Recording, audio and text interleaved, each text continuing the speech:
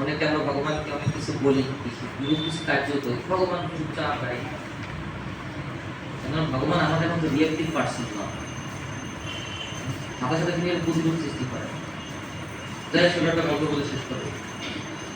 তো এরকম একজন ব্যক্তির খুব ইচ্ছা হয়েছে, ভগবান আসলে কি অনুভূতি নাই নাকি?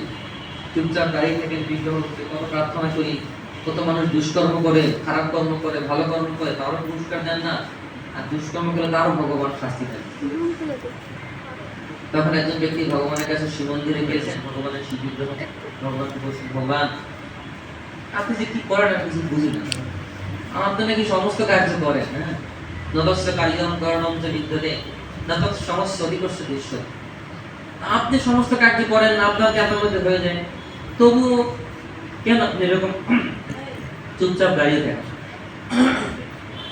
বলছেন ভাই তুমি দেখতেছ আমি কেন চুপচাপ দাঁড়িয়ে থাকি? আমার দেখতে চাই। তো ঠিক আছে, তুমি একটা কাজ করবে, আমি যেরকম এরকম দাঁড়িয়ে থাকি না, তুমি আগামীকাল একটা ফুল ডে, সম্পূর্ণ দিন তুমি আমার মতো দাঁড়িয়ে থাকবে। বলছে হ্যাঁ দাঁড়িয়ে থাকবে, ওদের শর্ত আছে। কি শর্ত? না তুমি কোনো কথা বলতে পারবে, কিচ্ছু বলতে পারবে না, কিছু তুমি দাঁড়িয়ে থাকবে। তো ঠিক আছে দাঁড়িয়ে থাকবো।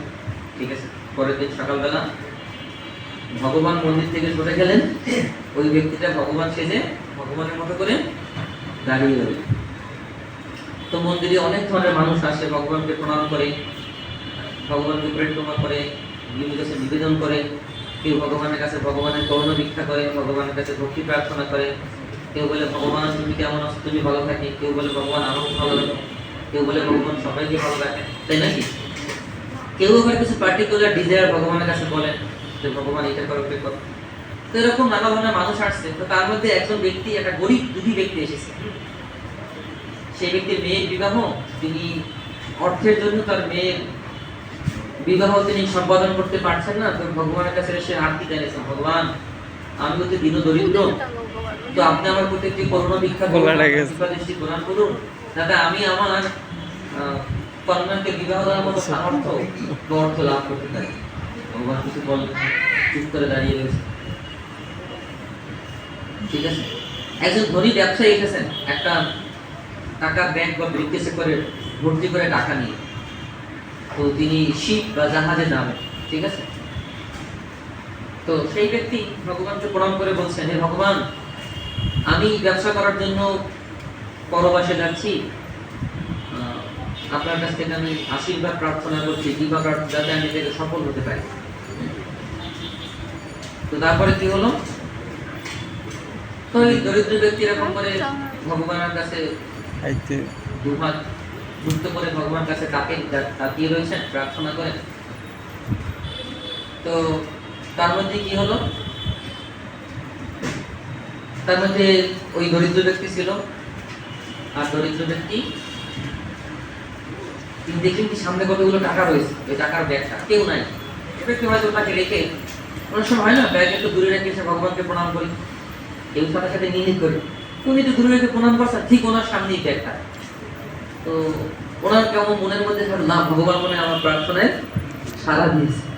দেখলেন সামনে একটা ব্যাগ, বুঝতে পারলেন টাকাটা নিয়ে উনি চলে গেলেন। ভগবান এসেছিল, উনি বলবে, মনে করতো না ভগবান শব্দ দিয়েছে, কিছু বলা যাবে না, আমার চুপ করে দাঁড়িয়ে যায়। তারপরে আবার এখন ওই ব্যক্তি যার যিনি টাকা নিয়ে এসেছিলেন, তিনি তো ভগবানের কাছে প্রার্থনা করছেন, ভগবানের স্তুতি করছেন। আর একজন ব্যক্তি এসেছে, উনি একটা শিপে যাবেন, শিপে জাহাজে করে যাবেন।